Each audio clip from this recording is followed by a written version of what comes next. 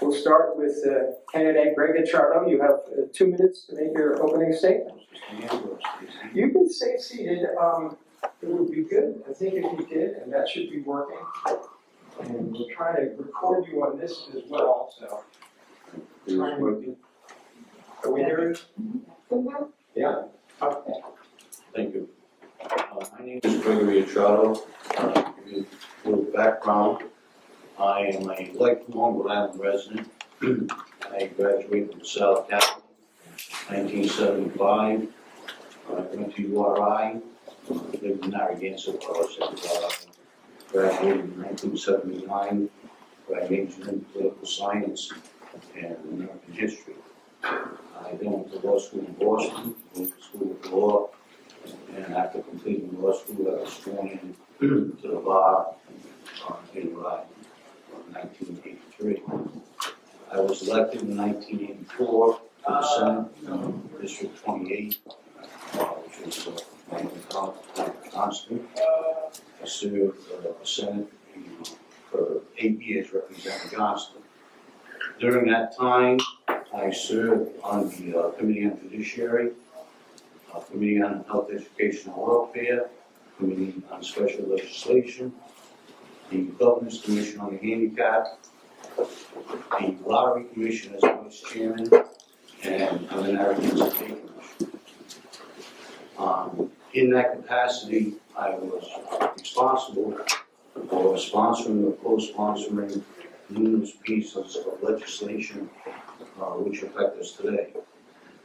On the Governor's Commission on the Handicap, I worked with Dr. Carl in closing the match school and developing the group home program.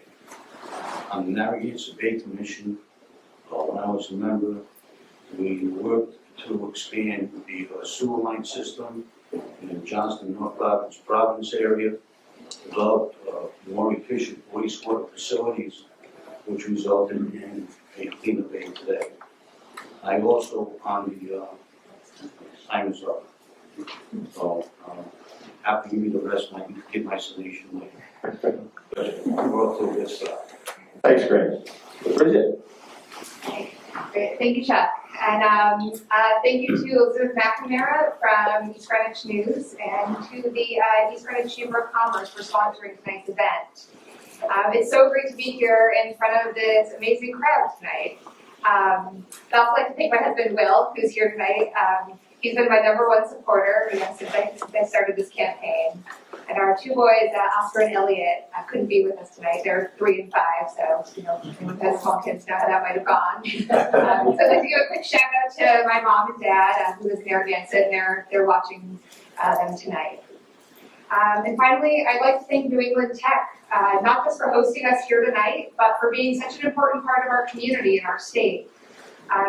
They train so many people right here for the jobs of today and tomorrow, and they'll be such a critical part of growing Rhode Island's economy. So I want to talk a little bit about why I'm running to be your senator. We deserve to be represented by a clear and passionate voice in the General Assembly. And I feel like that's something that we've been missing for a while. I know that I can be an effective representative in the General Assembly with a fresh voice and a fresh perspective. I've been going door to door in our district for the past several months, and I've had hundreds of face-to-face conversations with voters like you about the things that really matter to Rhode Island families. And so I have a pretty good idea of what people want, because I've taken the time to listen. And I've heard your concerns and your hopes for our state, and I share so many of them. I've also spent a lot of time up at the State House the last couple of years, rallying and testifying at hearings, and we've made some real progress on things, but a lot of our concerns have gone ignored. It has left a lot of us frustrated with how the system works. It's through those experiences that I've really come to feel a really effective way. Time is up. Oh. All right, thank you, Bridget. And we will now go to several questions for both of you. We'll alternate. So Greg, you started with the opening statement, so Bridget, this will go to you first. And it goes along with what you were saying. What is your top legislative priority for Rhode Island in 2018, 2019? Specifically, what do you really want to accomplish more than anything else by being senator? Sure. Well, the issue that really got me involved in politics here in Rhode Island has been the fight to protect choice here in Rhode Island. Now, obviously, women's reproductive rights are under attack across the country.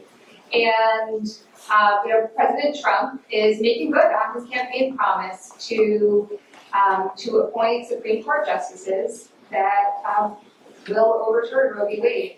And right now in Rhode Island, we do not have in our state law those protections. And so, I've spent a lot of time up at the State House, rallying and testifying to have the Reproductive Health Care Act passed. And that's a bill that would enshrine in state law the independence of Roe v. Wade. So that would definitely be one of my top priorities. Okay, to you, Greg, your top legislative priority for the first year in the Senate? My top legislative priority is I lived through the Vietnam War when I was younger, and approximately 60,000 Americans died in that war over the course of 10 years. Today, 80,000 people die every year from the addiction crisis. That has to be addressed. My alma mater, URI, has just started a master's degree program for nurse practitioners to deal with the opiate addiction problem. It's a problem that we have to attack. It's a problem that affects every family, not only in the state, but in this country. There are various things that can be done, but we have to make people more aware before the tragedy hits them themselves. We have to make it more aware. We have to work with URI. We have to set up some type of community outreach programs to attack this crisis. People marched in the streets and protesting the war because of the Americans that are dying. No one's protesting in the streets about the 80,000 people that die every year. And that has to be addressed. And that would be my top priority. Thanks. Next question. And this will go to Greg. It's going to be tough to keep track of this, isn't it?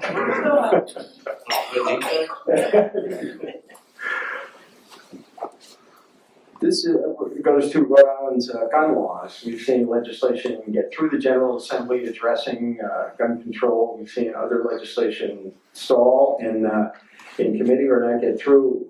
What about your opinion? Do you think Rhode Island's current gun laws are too strict, about right, or not strict enough?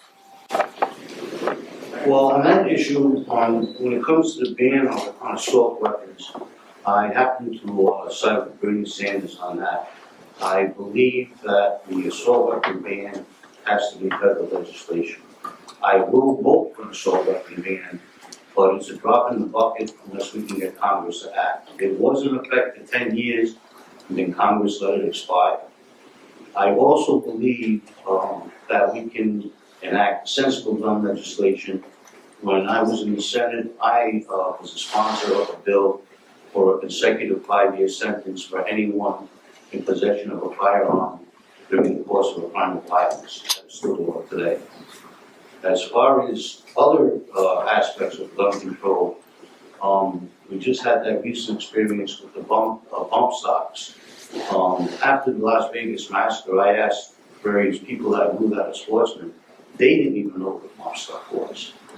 And I believe that we should open up, being an attorney, I believe that we should make people that manufacture the devices that are just made not for sportsmen, not for hunters, but made for mass destruction, and hide behind the Second Amendment and hide behind law-abiding citizens. We should make them civilly liable because they are hiding behind the Second Amendment, just like, in my estimation, a child pornographer is hiding behind the First Amendment. They're in the same class of people, and they should be treated accordingly. Your turn, Bridget. Too strict, not strict enough, or just about right?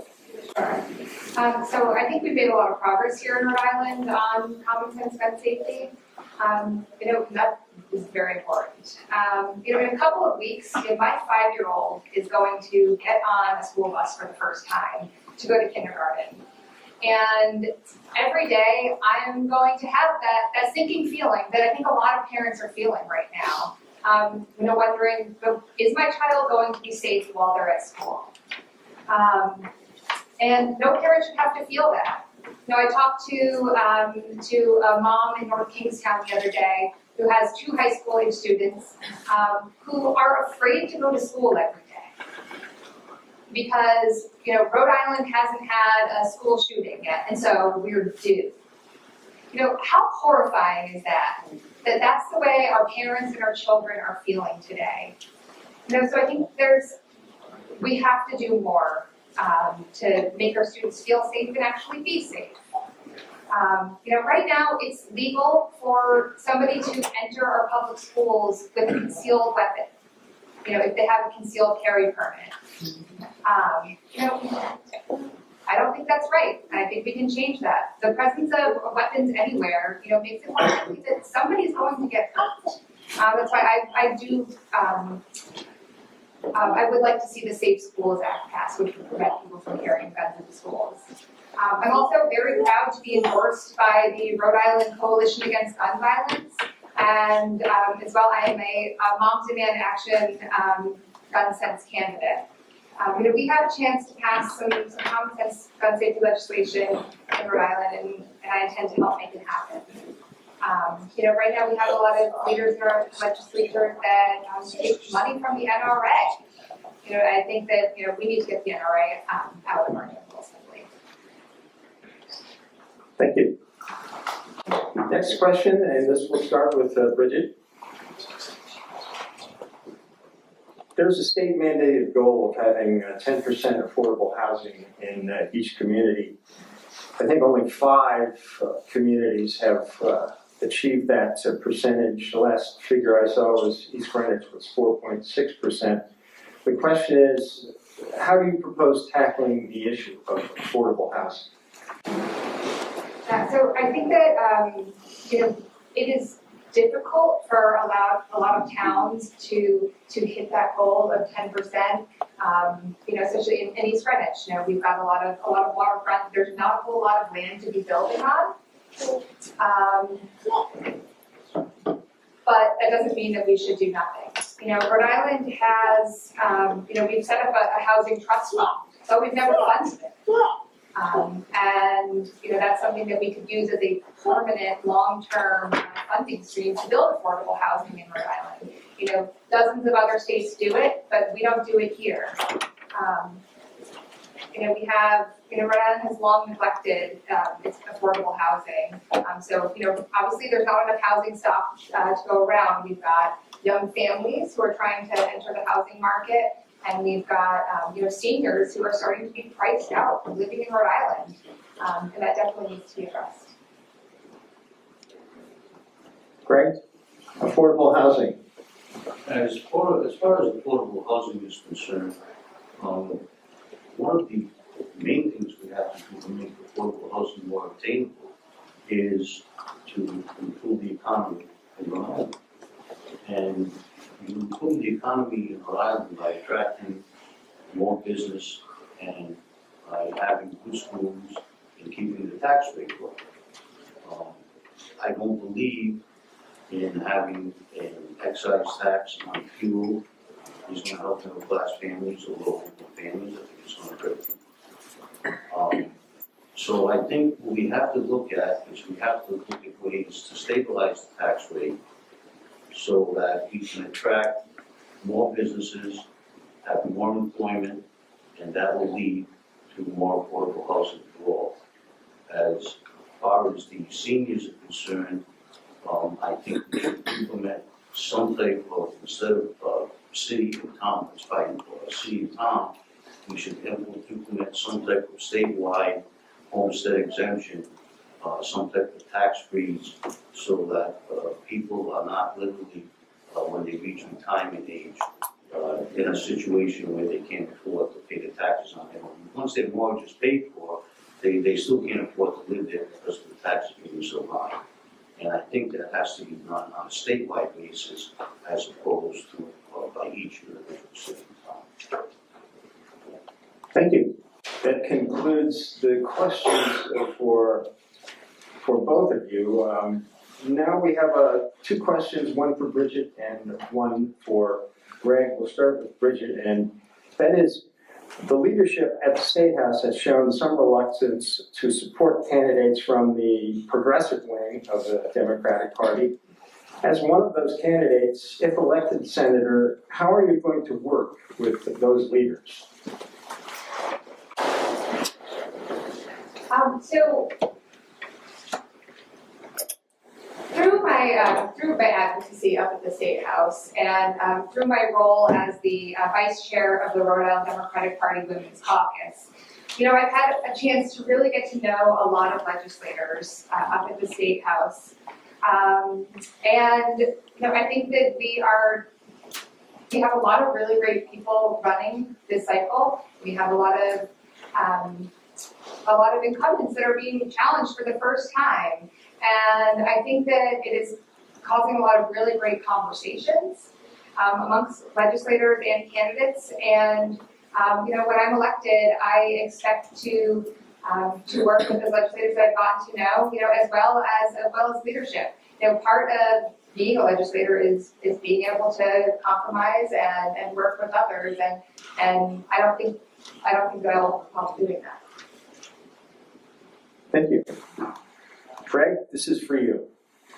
You've been candid about your DUI history.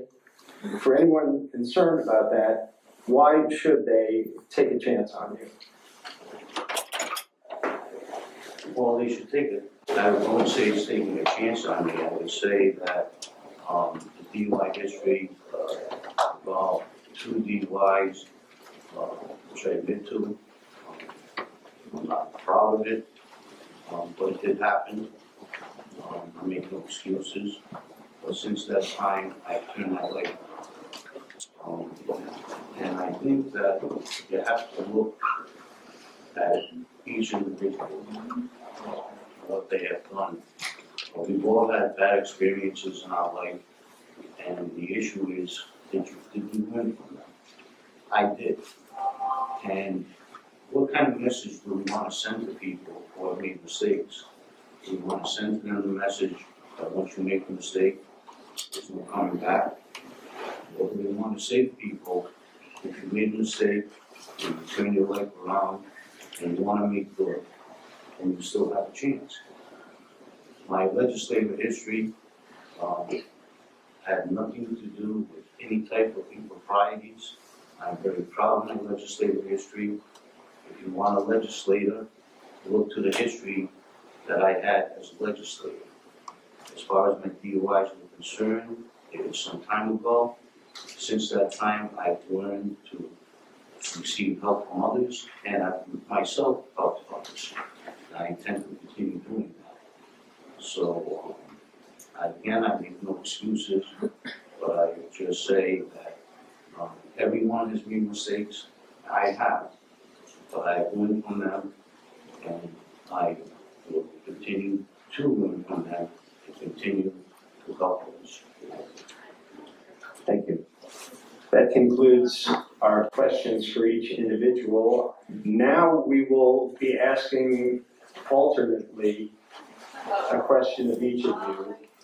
You will have 2 minutes to answer, and the other candidate, if they want, will have a minute to respond to that. I'm just reminding myself also. That's how we're doing it. So, Bridget, I will start with you.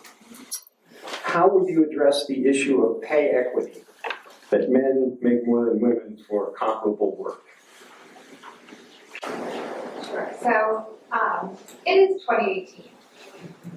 I cannot believe that we are still having this conversation about whether women should be paid as much as men, whether minorities should be paid as much as white men. It's ridiculous that we're having this conversation still. That being said, it is still a problem. And last year the Senate tried to update our fair pay laws, and they passed a really great bill that would prevent employers from asking prospective employees about their past salary history. Because when you're asked that kind of information, it only perpetuates the salary inequities. And it would also update the language so that fair pay is guaranteed for substantially similar work rather than just the exact same job. Which in the past has allowed employers to get around paying people fairly and equally. So I would certainly advocate for that bill to be revisited in the new session, and hopefully it would also be adopted by the House and signed by the governor. Thank you. Greg, would you have a response? I have to advocate for that bill because sitting in the audience is my daughter. She's a nurse in the hospital. She just got off strike and she's back to work. So I know about paid equity for women. I hear it from her on a constant basis. So rest assured that I will, although I'm not a woman, I will be fighting for women's rights and women's equity. My only daughter, I've seen the experience she goes through. She has 2 young children, and she had to work a pickup line because of paying equity. So that's my stand on women's pay equity. Thank you. Next question, we'll start with you, Greg. Do you support this? Excuse me. This comes up often. Do you support giving the governor a line item veto? I am not crazy about the line item veto, but I would support it because I think the line item veto gives another check and balance in the budget process, and there is a procedure in the line item veto for the assembly, if necessary, to override any veto that the governor gives. But my only concern is I hope that it's instituted in such a way that it doesn't give further hindrance to the budget being passed, because it does place another step. Once the budget is submitted by the governor and is passed by the assembly and it goes back to the governor can then literally line item and pick and choose what items the governor wants to veto, and then that would have to go back to the assembly for potential override. So it does, I just want to make people understand, it does add another step to the budget process, but it is a good check and balance. It works in other states, and I think we can make it work. So I would support it. Okay. Do you have a response, Bridget? I just say I would also support line item veto. It is something that is widely popular among voters in Rhode Island. I believe that the General Assembly, I think does have a little, kind of outsized power over the budget. Our governor should be able to guide our spending priorities a little bit more, and so have that check on the General Assembly. Thanks. Next question, we'll start with you, Bridget. Governor Raimondo's proposal to extend free tuition to Rhode Island College and URI. She got that through for CCRI. And do you support adding it to those other 2 schools? I do. Our state does not offer a whole lot of aid to our higher education institutions here, and so we find that a lot of students here that go on to go to CCRI, go to RIC, go to URI, are spending a ton on tuition, and so graduating on time or at all is becoming unattainable for so many families here in Rhode Island. So far, the program has been very successful, and I would support expanding it so that more people can graduate and get a good education. Having a well-trained workforce is the thing that's going to attract companies to Rhode Island. It's going to help us grow industries, from the ground up here in Rhode Island. And so any barriers that we can eliminate to that well-educated workforce, I think we should do. Thank you. Greg? I think the free education program is a good program in theory, but it's not working. At CCRI, the program is in trouble. Students are unable to maintain their 2.5 average. I think that money should be taken, and we should invest that money in our K through 12. We have a shortage of math teachers. We have a shortage of science teachers in our high school system. What good is giving someone a free college education if we do not give them the tools, K through 12, to maintain the marks and grades in college? CCRI is a remedial school. It's for people coming out of the public school system who cannot compete in the college area. So let's take the money, and instead of giving free education to college students, let's take the money and give it to the teachers in the elementary and secondary high schools. That's my feeling on that. I think it's a good idea, but I think the money is being misdirected, and I think will be better utilized in the high schools. Thank you. Another question, and we'll start with you, Greg. If elected, will you support Dominic Ruggiero for another term as a Senate President? Yes. I was elected in 1984, and my freshman classmate was Senator Ruggiero. And I worked with him when we were in the Senate. I haven't been up there, but I've been following what he has done. He's been in the Senate since 1984. Before that, he was in the House of Representatives. I believe he is doing a good job, and I know that I can work with him. And in working with him, I know I can help the district that I represent, that he will be receptive to listening to me and listening to my concerns for my district. So I will definitely support Senator Ruggiero. Bridget? So I have never met Senator Ruggiero. So I cannot say with certainty whether or not I would support his re-election as Senate President. And also, we don't know who else would be, wanted to put their name in for that position. So I can't say at this time. Okay. Next question, and we'll start with Bridget. The General Assembly gave more than $2 million to nonprofits and government agencies through the legislative grant program. Do you support legislative grants? Would you sponsor any for your district? So I think in the past, a lot of legislative grants have gone to, a lot of really great programs. They've gone to libraries, they've gone to, scout troops and Little League, and they're relatively small grants that can, go a long way for programs like that. I think the way that they are handed out could be a lot more transparent, and so I think that the mechanism for how the money is distributed could certainly be changed. Thank you.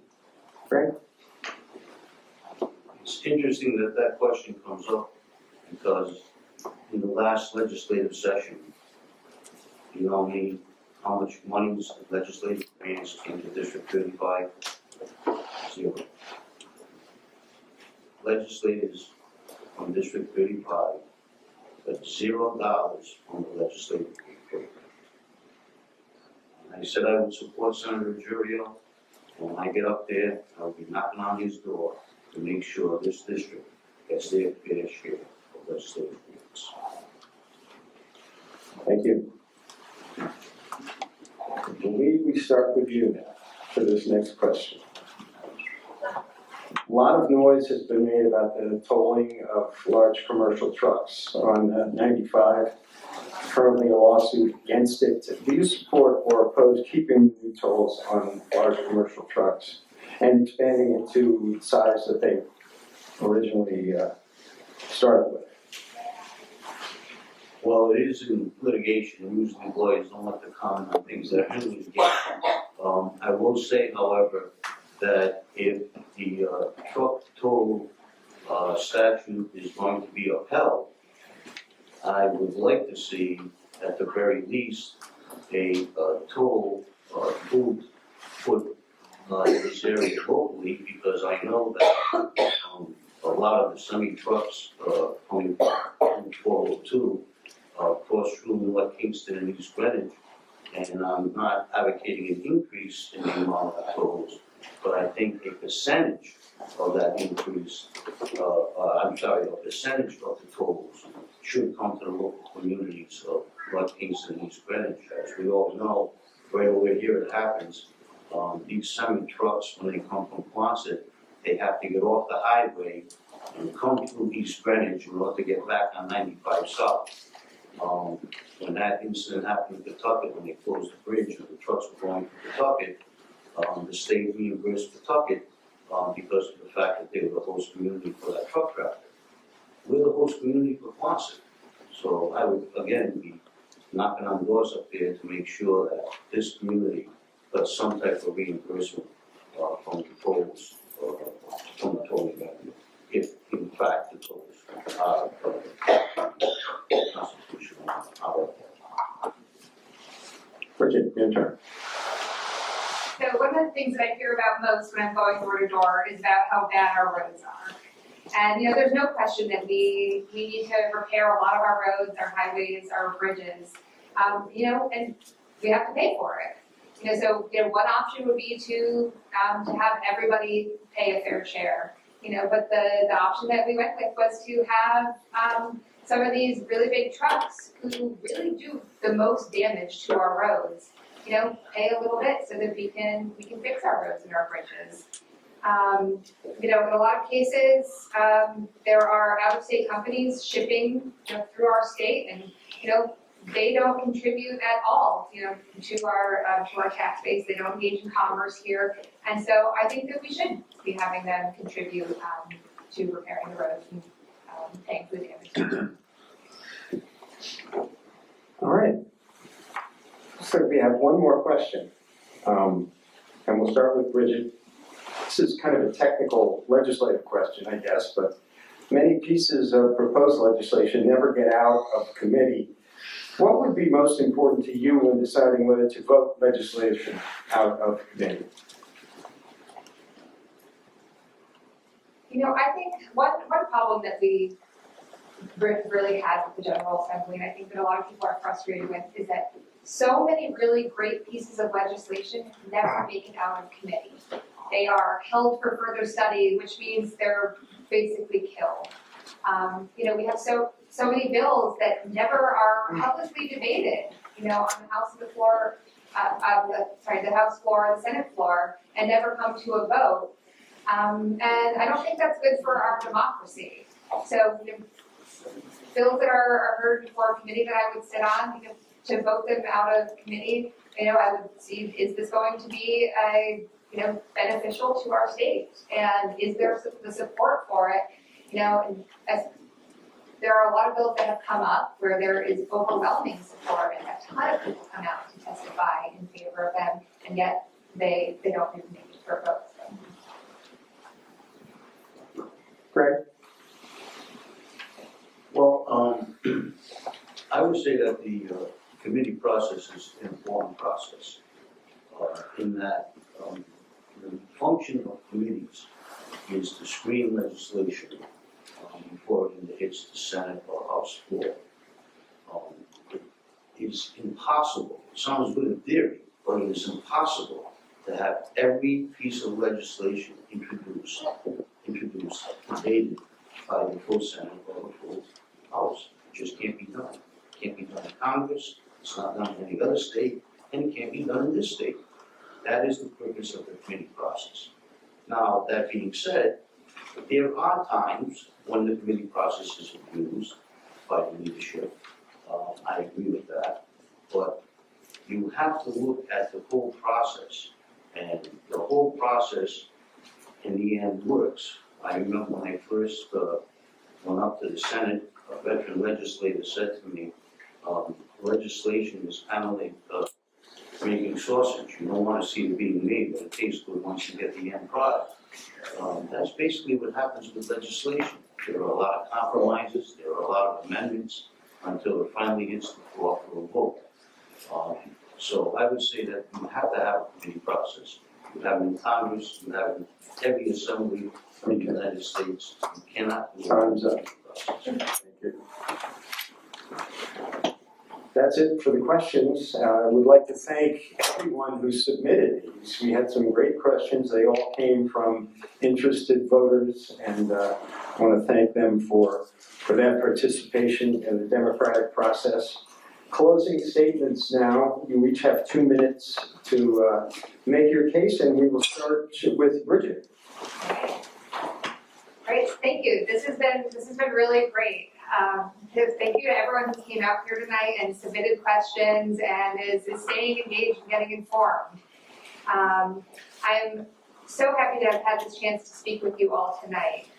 And when I look out at the audience, I see friends, I see neighbors, I see concerned voters who want their government to work better. People know that our politics are not working right now. They're not working in Washington. They're not working well in Providence, and they're not working locally here in East Greenwich. But I don't see people giving up. I see them joining together and being more engaged than ever before. People are paying attention and speaking up and fighting for the issues they care about. And that's what gives me hope. That's what makes me want to double down and work even harder for District 35. Because I know how passionate parents are about sending their kids to good schools that are safe. And I know how committed seniors are to the communities that they've made their home for their lives. And I know how hard so many Rhode Islanders are working and trying to get ahead and trying to make a good life for their families. And for all the ways politics and politicians have let us down, we have a chance right now to do something really great and create real change and progress in Rhode Island. I know how many of you are working hard to make that happen. And I promise to be a fresh voice and serve you with honest leadership and that same spirit of commitment up in the General Assembly. We can make Rhode Island work for all of us. And it starts by showing up on Election Day.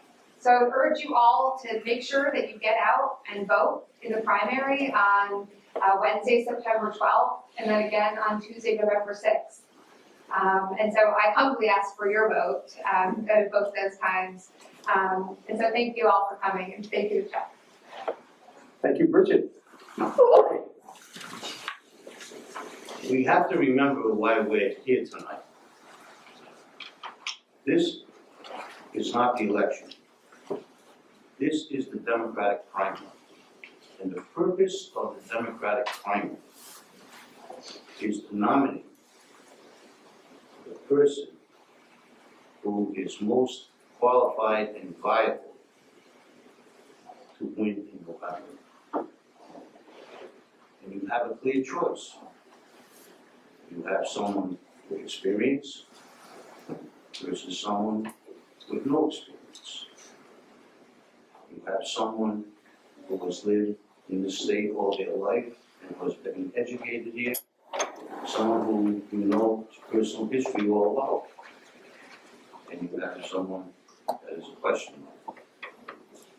You have someone that stands for a progressive agenda. I do not. I embrace some of the theories put forth, but not all of the theories. I am not guided by an outside agenda. I lived here all my life. I have family here. I've been educated here. I served in the Senate here. I do not march to the agenda of some outside force. I do not march to a progressive agenda that wants to cut defense spending, which would be a dramatic impact on this district. I do not march to a progressive agenda which believes in raising the gas tax, which would hurt the middle class here. That is all part of the progressive agenda, which Bridget adheres to, and which she is going to have to sell if she's nominated by you to the general population in November. Will they buy it? This is not a personality contest.